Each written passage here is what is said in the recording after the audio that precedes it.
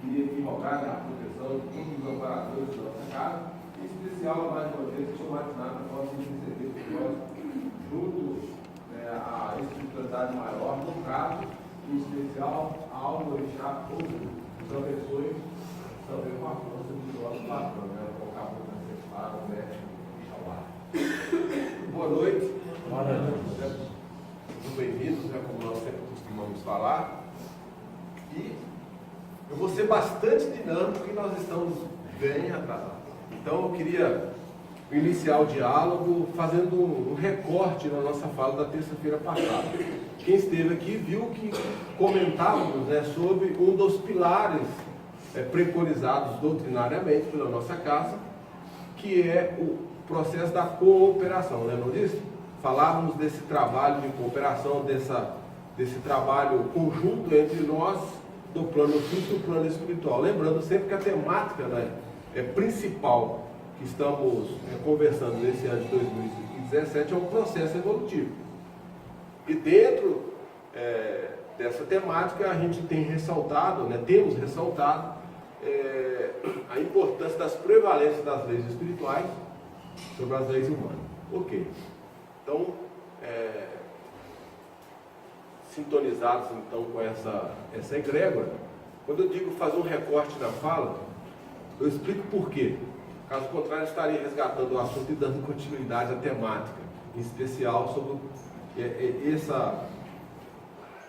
essa questão do processo cooperativo. E hoje, embora a gente não fuja muito da explicação do princípio da cooperação, nós vamos abordar mais uma vez o processo do interiorizar para exteriorizar, que é o silêncio interno que a gente já falou aqui várias vezes. E por que eu estou voltando a essa temática? Porque eu fui cutucado, como diz aí no Facebook.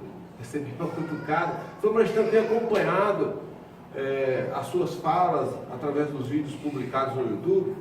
Eu vi que você fala sempre do mergulho interior, do silêncio interior, e eu gostei muito da forma como você coloca, mas eu gostaria de que você abrisse um pouco mais para nós que somos leigos no assunto. Na verdade, eu costumo dizer que ninguém é leigo de tudo, em qualquer das temáticas que trazemos aqui. Todos nós temos a nossa bagagem espiritual, só basta, assim como eu tomei esse cutucãozinho, dar uma cutucadinha ali que a coisa vai aflorando. Bom, quando nós falamos em silêncio interior, o que eu queria que vocês registrassem é que o silêncio interior, na verdade, é a busca ou a reaproximação da nossa essência de forma consciente.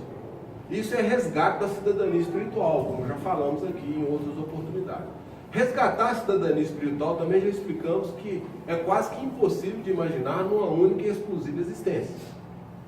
Para muitos de nós, no processo desse aprendizado, desse resgate da cidadania espiritual, que é o resgate da valência do próprio espírito, talvez vamos demorar aí algumas encarnações, mas nunca é tarde para começar, E dentro dessa perspectiva, curiosamente, depois que eu recebi essa cutucada, essa chamada do irmão, eu lia hoje o jornal, como eu tenho feito sempre, faço todas as manhãs, e me chamou muita atenção uma reportagem que saiu hoje. Fazer da mente o próprio mestre. Eu não sei se dá para vocês verem aqui, dá para ver dia 22 de agosto, Então, fresquinha, saiu hoje no jornal O Tempo, que é um jornal que eu assino. E essa cidadã, Ana Doiliane, fala muito bem sobre a temática, sobre fazer da mente o nosso mestre. E tem tudo a ver conosco. E baseado nessa pergunta do irmão, eu acho que eu posso explorar. Depois eu vou dar alguém para ler só as partes que eu gravei, para vocês entenderem como a gente está em consonância com outras escolas filosóficas aí espalhadas pelo planeta. Nós preconizamos aqui no OEA, quando falamos em mergulho interno, em silêncio interior, essa valência espiritual. E falamos que para que a gente consiga alcançá-la de forma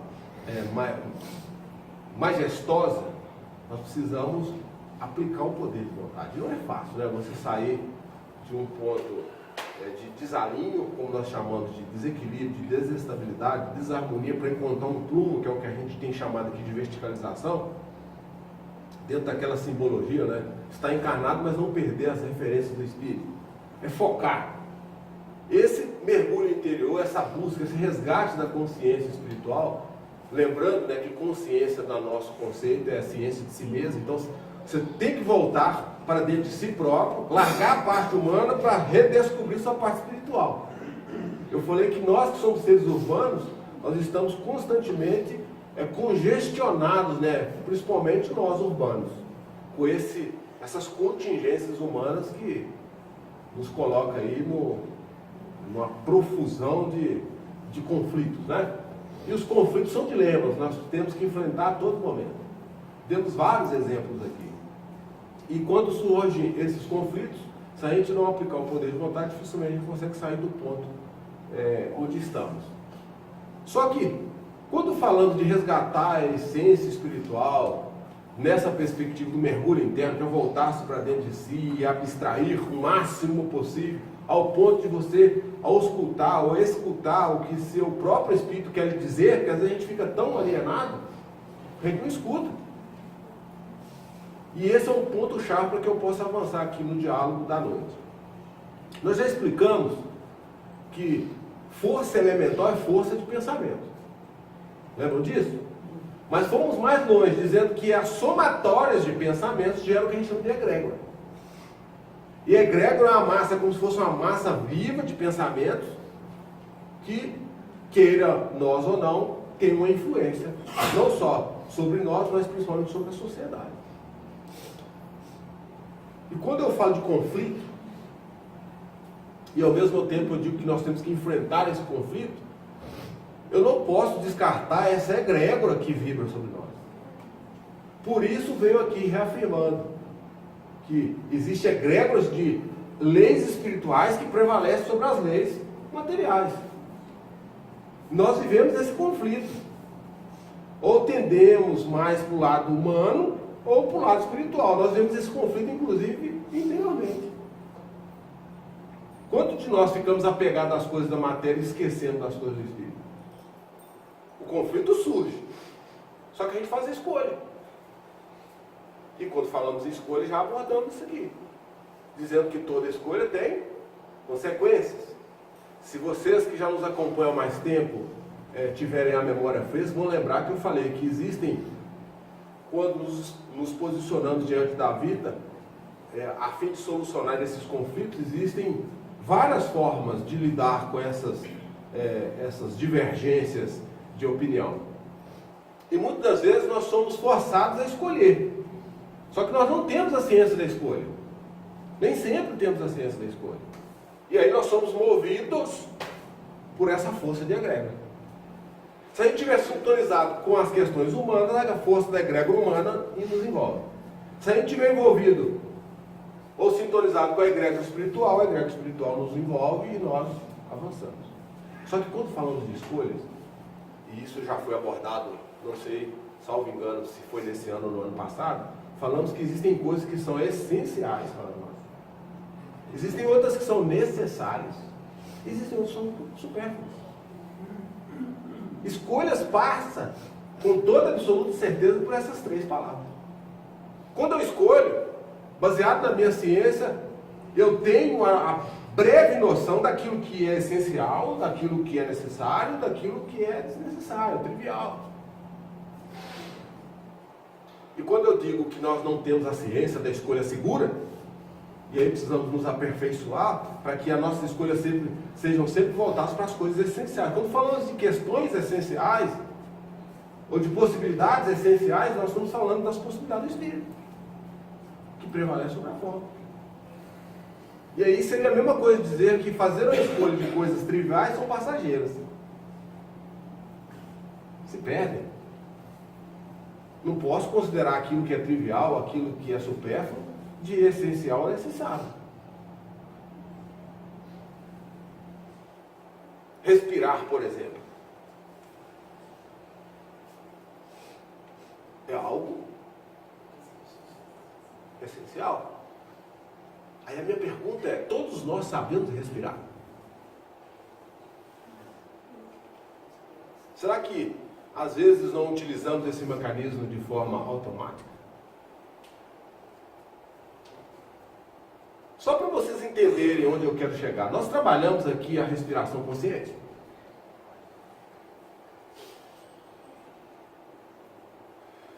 Respirações longas e profundas. Lembra daquele exemplo trivial da defumação? Simplório, né? Respira fumaça branca e libera fumaça escura. Olha aí o processo consciente de respiração. Para absorver a magia desse mistério sagrado, que nós chamamos de magia vegetoação magnética, que é a defumação dele. Muitas das vezes nós fazemos coisas na vida de forma mecânica. E aí o que essa Anna Dai Ioliani, uma grega formada em psicologia e em filosofia, em Atenas, na Grécia, nos aconselha? Aliás, ela ministra, ela é coordenadora da Brahma Kumaris, né? Em Beirute, no Líbano. Saiu da Europa para fazer um trabalho no Líbano. Mas está aqui dia 26 e 27 em Belo Horizonte. O que ela, como mestre e coordenadora dessa vertente filosófica, que é a Brahma Kumaris, está querendo mostrar no que ela falou aqui? Que quando nós temos a mente capacitada, exercitada, focada, nós alcançamos o objetivo. Quando nós falamos em verticalização, que é essa consciência da busca espiritual, isso é foco.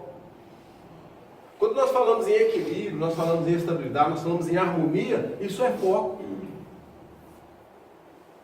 Combater a ignorância, ódio e apego, isso é foco.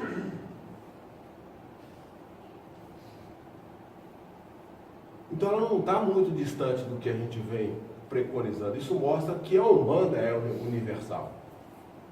E aí ela fala que o processo da meditação, que é o que nós estamos chamando aqui, simplesmente de interiorizar para exteriorizar, ou encontrar o silêncio interno, ela fala que é uma disciplina. Nós já falamos sobre isso aqui? Falamos? Disciplina? Dedicação, honestidade, disciplina. Falamos que disciplina é uma das expressões muito trabalhadas pela doutrina preconizada no OEA. E aí, ela vem do outro lado do mundo para mostrar isso para nós. E nós, olha como nós somos felizes. Por isso eu venho defendendo a ideia que o Umbanda é uma forma inteligente de se viver bem. Porque o que ela está falando, como se fosse algo novo, a gente já vem fazendo isso. E para não me estender mais, eu vou aqui direto no foco, senão duvido que ela está falando tudo isso. Mas eu grifei, você consegue ver? Eu grifei aqui alguns pontos. Mas a chamada meditar é criar tempo para começar a entender o que está acontecendo com a alma. A concentração é um poder original do ser, o que significa que nossa mente não fica difusa. Sabe o que ela quer dizer aqui? Se nós sintonizamos com as egrégoras terrenas, essas são difusas, porque ela é uma amálgama de pensamentos humanos. Não? Qualquer outro. Vou dar a Tereza aqui, que é uma das nossas filhas. Valeu. Só o que está grifado em amarelo. Tá. Desde a primeira você começou já lendo? Isso, pode começar na sequência. A concentração é um poder original do ser, o que significa que nossa mente não fica difusa, espalhada em direções que não desejamos. Concentração está conectada com atenção. A mente é uma faculdade do ser.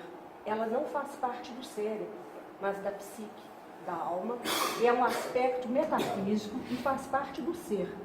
E por si só, a menos que esteja sob a correta orientação, pode criar uma vastidão de pensamentos sem qualquer sentido.